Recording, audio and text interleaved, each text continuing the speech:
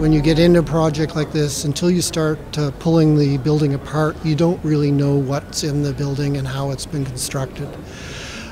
So there are constant surprises, some good, some not so good. And frankly, although this type of project's not for the faint of heart, it does keep it interesting. There's never a boring day when you're working on a project of this type.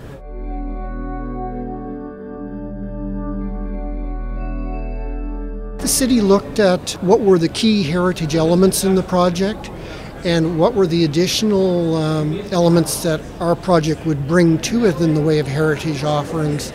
And at the end of the day, saw it as a win for the city and for the project. With the heritage elements that were in place and protected, we go out of our way to bring those back to the way they were, in a way that will really complement the hotel and work as the hotel moves into the next century. When we add new elements to a project like this, typically what we do is we set them back from the heritage so they have a little bit of breathing room between them, and do them in a respectful way that references some of the elements in the project, but they clearly are seen as contemporary elements, not poor reproductions of what was not actually there to start with.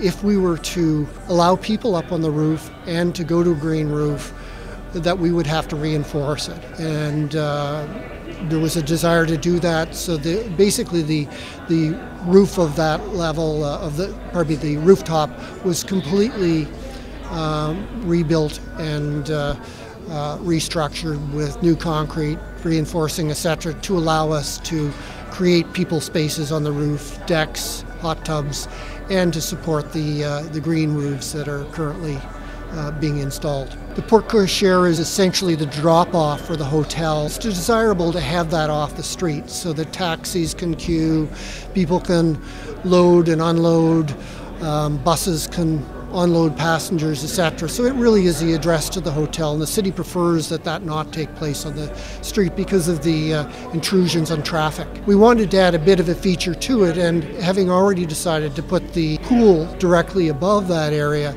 it seemed like a natural to really open the bottom of the pool up in ways to create a bit of a dynamic art piece where the water and colored glass will be lit up from below, and it creates really a bit of a chandelier or a point of interest over top of the full porte cochere.